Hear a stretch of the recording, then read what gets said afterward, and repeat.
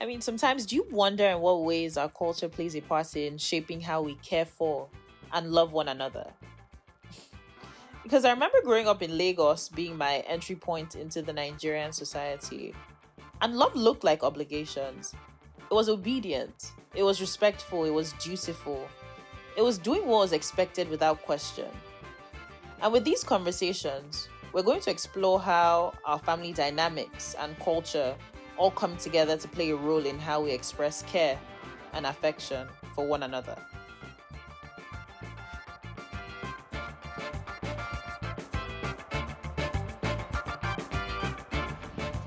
Whenever I am in a queer space, I am best myself because I know people who are struggling with me. I know their struggles and they are here with me in a space.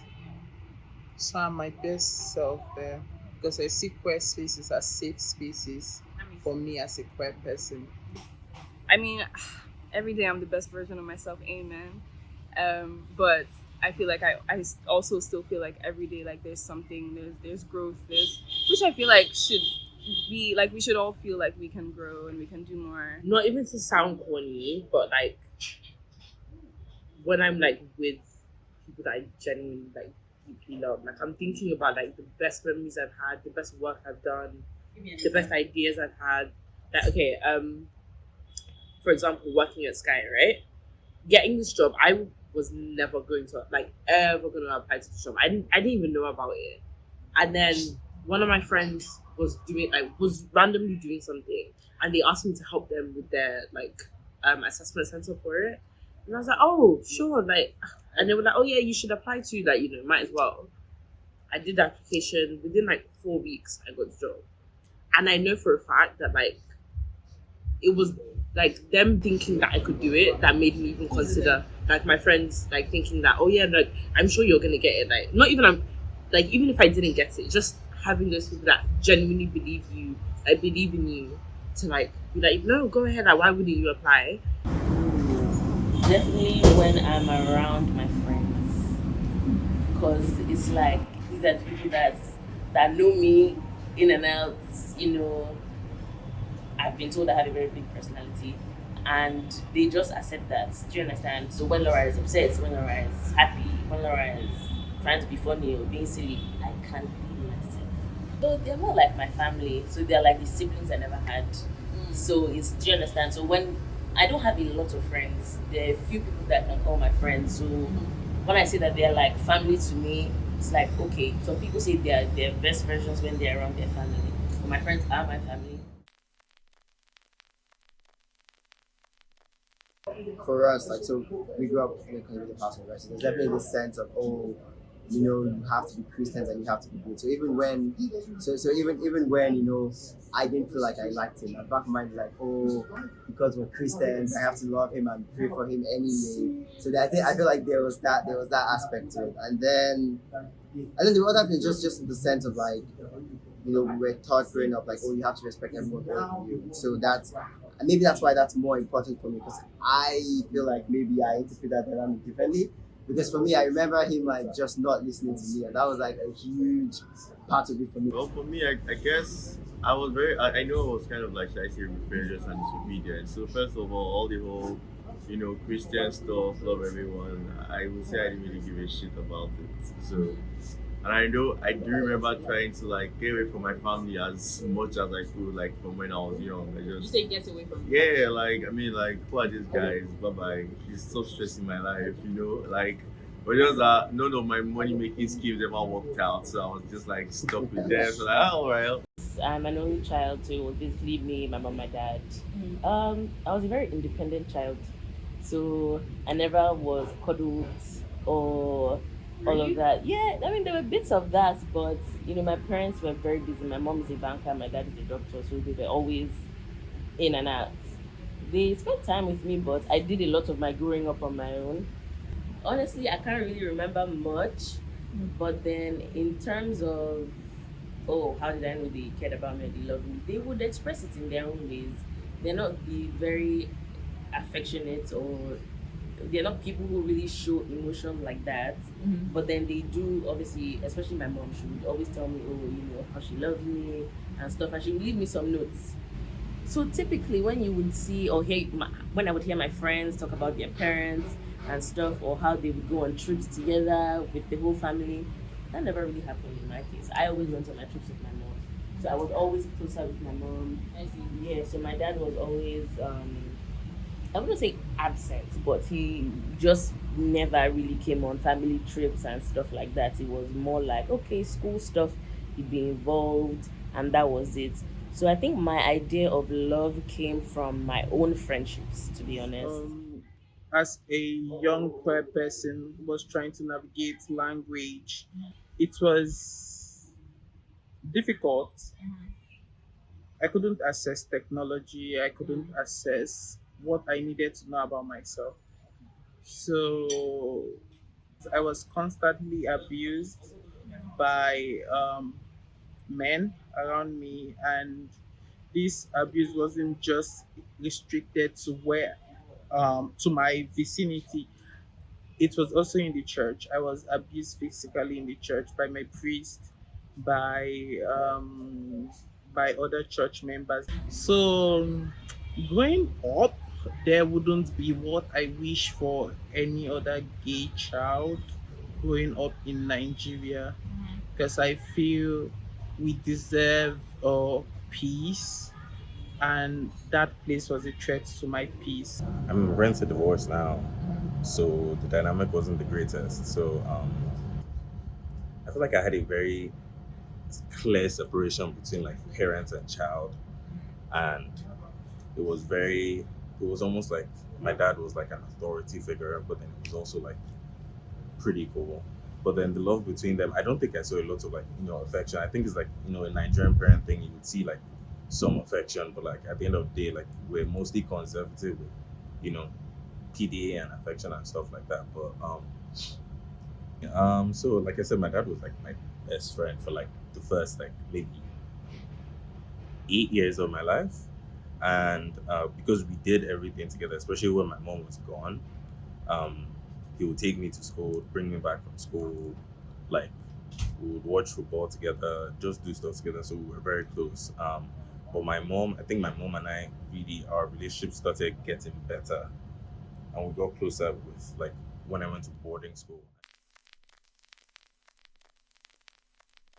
If I want him to do things for me, he shows up and he takes care of it. But I think there's just a sense I have that just because we grew up as siblings, he always has my back. I just know, maybe like if I asked him to do things and then he repeatedly didn't show up, then I would start to feel like it's like this guy doesn't have my back. But the fact that he always shows up for me, I guess, is that's why I know it's. But even without that, like the proof of work, there's just a sense I have that my brother is like one of the closest people to me, and he's one of the people that will show up. So even as I'm talking about him, like how he was selfish, I feel like if he made $1 million today, right, I could go and live with him, right? Oh, of course. Think my love language, like how I show love, is acts of service, and I think that stems from growing up. I mean, not everybody might appreciate it or like receive love in the same way, which I completely understand, but I definitely think that stems from there. Like I mean, I go above and beyond for the people I love. I often feel like it can also be a flaw as well, because I tend to take on like my friends or my family's problems as my own, if you get what I mean. Like if your boyfriend broke up with you, I'd be as sad as though they broke up with me. But that stems from there, and obviously that can be a problem because then I often don't have any energy left for myself. I mean, I realize that now, so like I'm dialing back a bit. But that is how it definitely has stemmed from growing up. How I grew up, like how I also show love. If I tell you I can go any miles for you, then I will do it for you to know that I really care about you. It's just the reflection, feeling what you feel, and not necessarily providing a solution. We feel we can provide a solution always. Who are we to always provide solutions? So it's something as basic as when you're crying, I cry with you. When you are hungry, if I can't find food for us, we are hungry together until we're able to see food. When you are down, I help you through that feeling, and when you want space, I give you your space. So it's just those little things, being empathic, feeling what people feel, and not necessarily being a savior.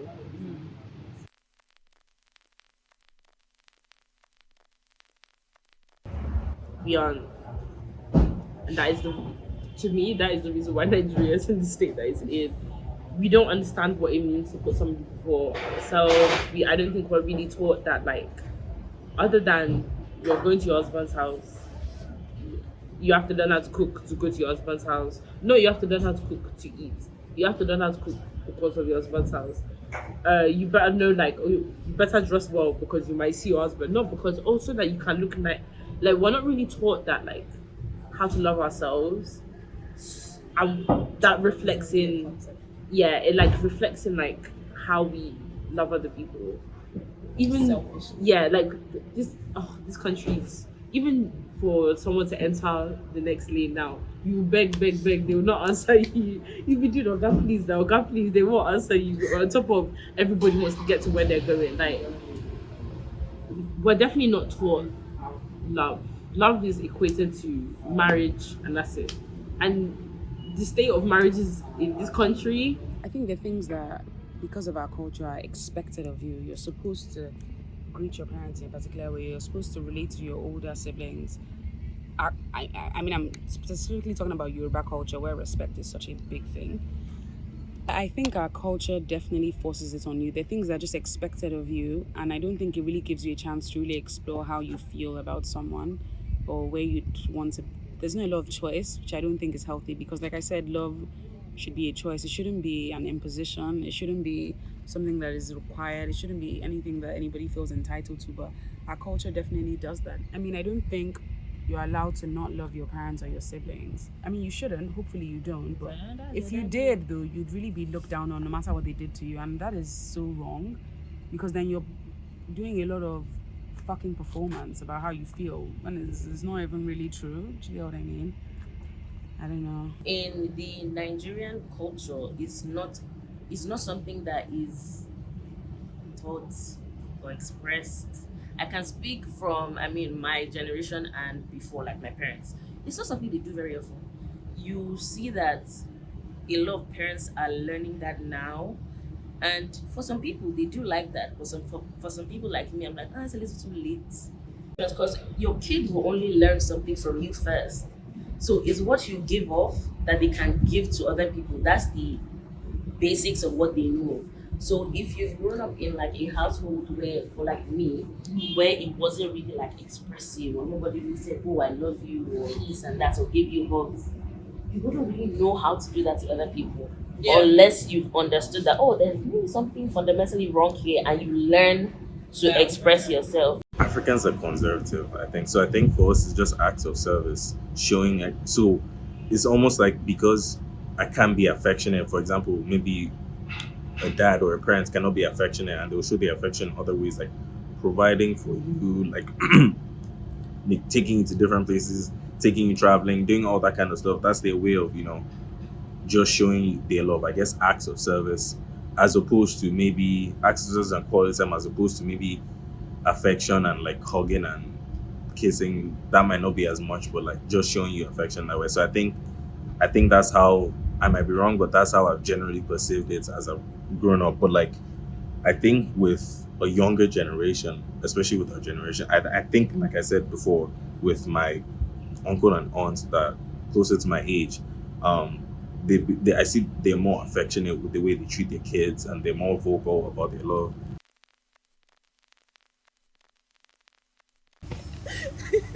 I've been like in the studio trying to like rap lately, and like I could like record myself and then I play it back, and I'm like, no, like I need to do it again. I need to do it a third time. It's like, okay, wait, that was fire, but I, like, you can hear my breath. Like, let's do it a 15 times. Like, okay, I'm losing my voice, but let's do it again. And everyone's like, yo, you're being like really hard on yourself. I'm like, no, like, so that's just how I am across the board. It's like, I don't think it, I mean, I still love myself, but it's just like I feel like I'm always kind of aiming for some sort of like almost perfection. Like everything needs to be like really good. I have to really fuck with it. Telling myself that you're a bad bitch every morning, going on dates, drinking alcohol, laughing with my friends, Amara, Uyai, all of them, going out with them, crying when I have to because sometimes you get so tired of everything. Just doing these basic things is self love to me. Taking myself for therapy, eating good food when I have to or when I want to. So these are just random things that people don't see as big deal, but for some of us, for people like me, it's a big deal. I've learned, or I am learning to love myself. I think that's the better answer because growing up, really like early teenage years, I don't think I really loved myself. It was just a thing of how does this person perceive me? How do I look to other people? Da, da, da. And over the years, after certain things happened, it was just like, okay, if I'm happy, I'm happy. I'm not going to do anything to make anyone, feel better or make myself smaller for anyone else. So I think it's a work in progress. I would say out of 100%, maybe 75, 80, but then we'll get there. Um, I do love myself. I think I could love myself even more as well. I think is I have to unlearn not loving myself, if that makes any sense. I'm learn to love myself even more. It's definitely not easy.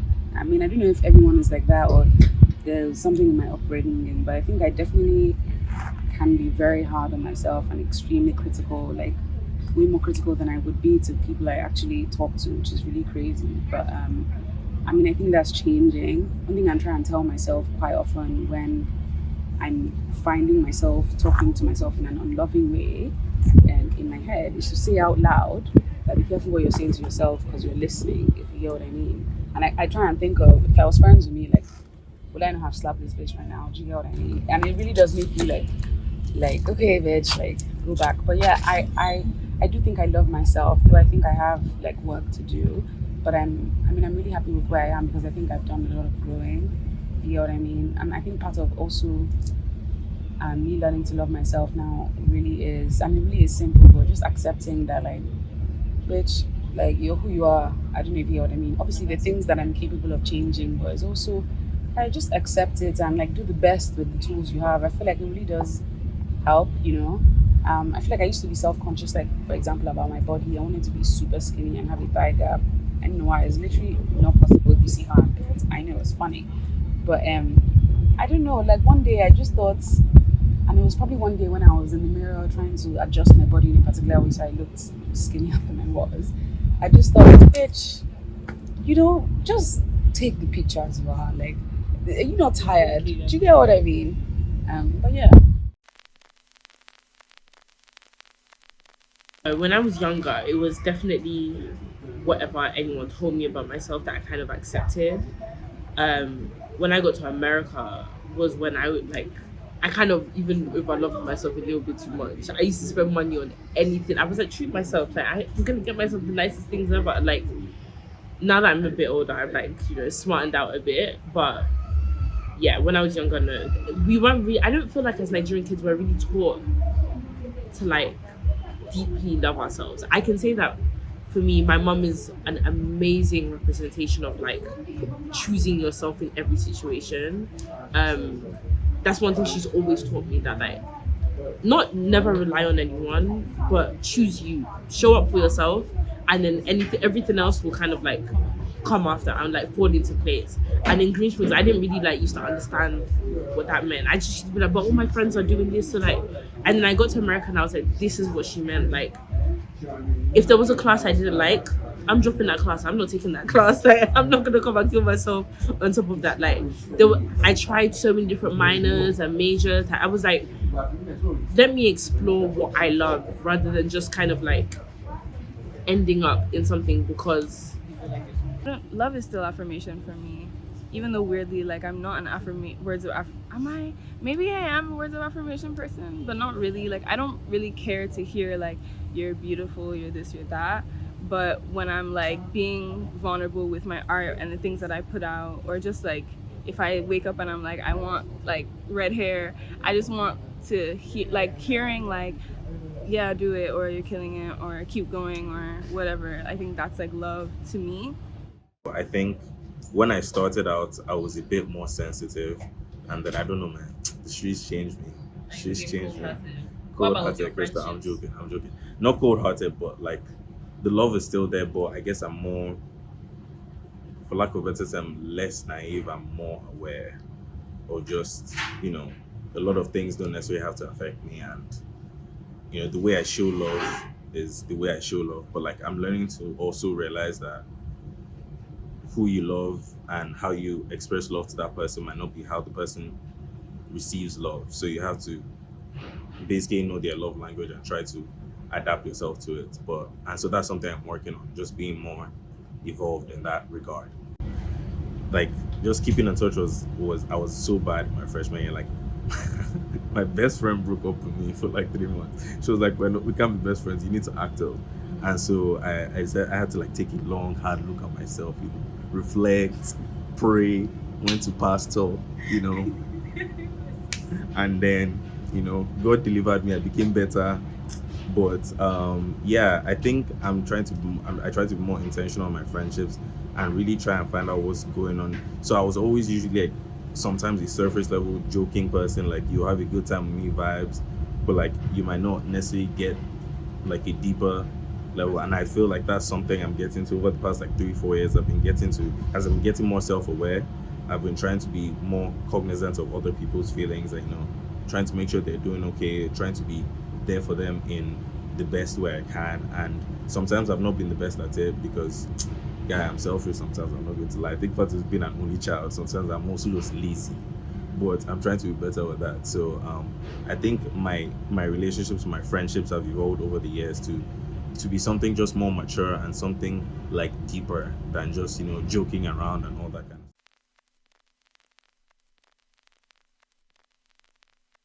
I have a friend, Ace, who I really love because she just brings out like new shit in me. Like it's like we can talk about any, like, I don't know, like she's just one of those people who like we're never talking about like other people or things going on. It's just like ourselves. It's always like introspective, and then even when it's not introspective, it's just like silly little things like, oh, let's play fuck, marry, kill, like who are you. She just makes me feel like I'm 12, and I just love it. Like it's like nothing is that serious, and it's like even when I'm like tripping out like, oh, this shit happened, she's like, it's okay, it's not that deep. Like fuck, marry, kill, who do you it's so I like people that bring that up. Yeah, I feel how I feel when I'm by myself.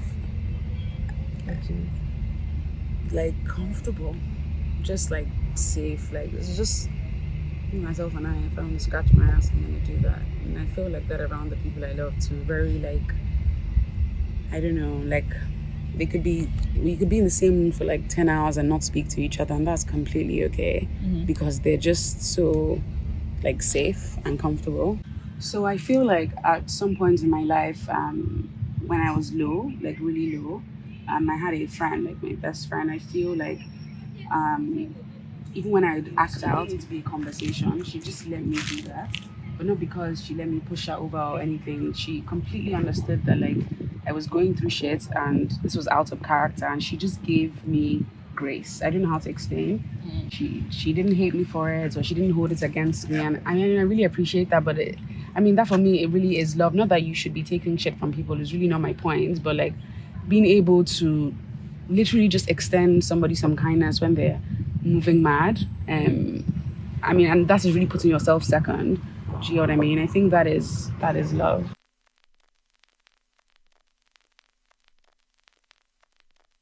I think love for me as a queer person living in Nigeria is constantly trying to run away from trouble, trying to be in the hands of your lover at night because you are scared of daytime.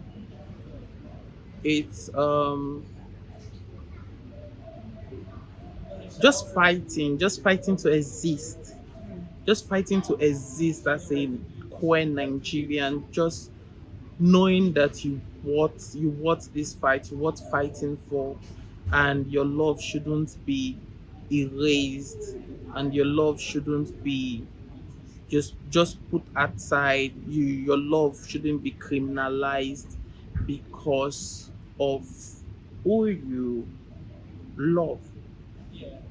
For me, when I have those people, those core people who like pull me back and like just keep me grounded, like, and just remind me it's like chill. I think that's love. That's love. That's a lot of it for me, at least right now, because I'm just in such a like crazy place. So I feel like when I can be grounded, I feel like I'm like, even just like, when you're like getting stressed out and someone's just like stroking your back, like it's okay. Like I think that means a lot to me. I don't know if that's love to me, but it means a lot. Well, for me, I feel love is like if you had a gun and then there was me and some other person in the room and you had to shoot one person, then it's definitely not me that you will shoot. So yeah, that's love for me. Wait, what? So what does that mean? So whether I shoot myself or shooting the person, As long as it's not me, then oh yeah, you definitely love me. but would you do the same though? If I love you, yeah, oh yeah. I mean, Okay. like, sure. I mean, that's an interesting analogy, right? There's an emotional aspect to love, right? And definitely someone can say the words, but I've always seen love is it has to be real, like people showing up for you. So if a friend says they love you, I've always felt I know there's this whole idea of like love languages, whether it's like acts of service or nice words and things like that. And I think for me, love is always it has to be concrete in terms of like acts of service. So if you love me, like you do things for me, you show up for me, whether it's emotional support or even physical things, like doing something for me physically. That's how I've come to like interpret love, and that's how I also show up. So if I tell someone I love them, I won't just be like, oh, I love you, I love you, I love you, and then my actions don't actually show it, right? So whether it's in the case he talks about where I have let's even say there was a train coming on, right? And I might just be saying this like theoretically, but I do believe that if I saw a car coming and like I knew the only way to save him would be to push him and go in the way, I would actually do that. Like I'll put myself in harm's way to save him and to save people I love. So not just him, like really anyone. Love for me is very sacrificial. Exactly. Well, then I would say that for me, love is like one freedom, and then like patience. So like freedom in the sense that people you love should be able to express themselves any way they feel like around you, and then patience in the sense that you need to give them time to one say change certain characteristics that might seem hurtful to you, and then two, like give them time to open up to you. It's just doing things and not having to think about it twice or three times or saying, should I really? If you feel it, just do it. If you want to say it to the person, say it to the person, right? Because over time, I've really realized that we spend a lot of time thinking or second guessing things we want to tell the people that we love, and only until something bad happens, and we're like, oh my god, I didn't tell this person this. Maybe I should have said something. So that's pretty much it. It's made me more, like I said before, intentional, and it's just the selfless aspect of like showing that you love somebody or care about them. Love is safe, man. Love feels like safety. I mean, that is the only thing I can describe. Love is a safe space. Like, that is it.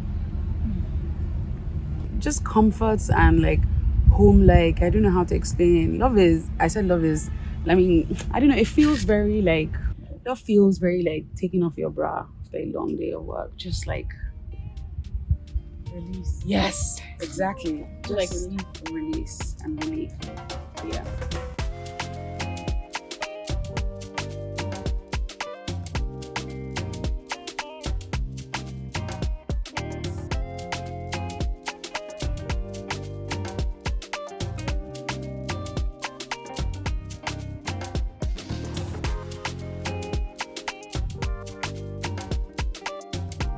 I've always wanted to just be free, and, like running away from everyone. And everyone just wants me to like conform. Oh, big brother, hey, I'm older than you. Bitches like, hey, I'm older. I'm like, who the fuck are these guys? Like, I can't wait.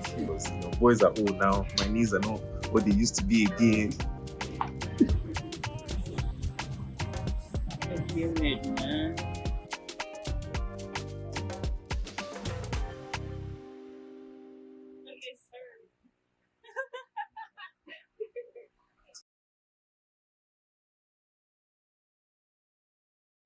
Because there's a visual representation of someone who is selfless and who constantly lets themselves or who constantly lets herself go. Is that your mom? Yes, it's like a mirror for me. So it's like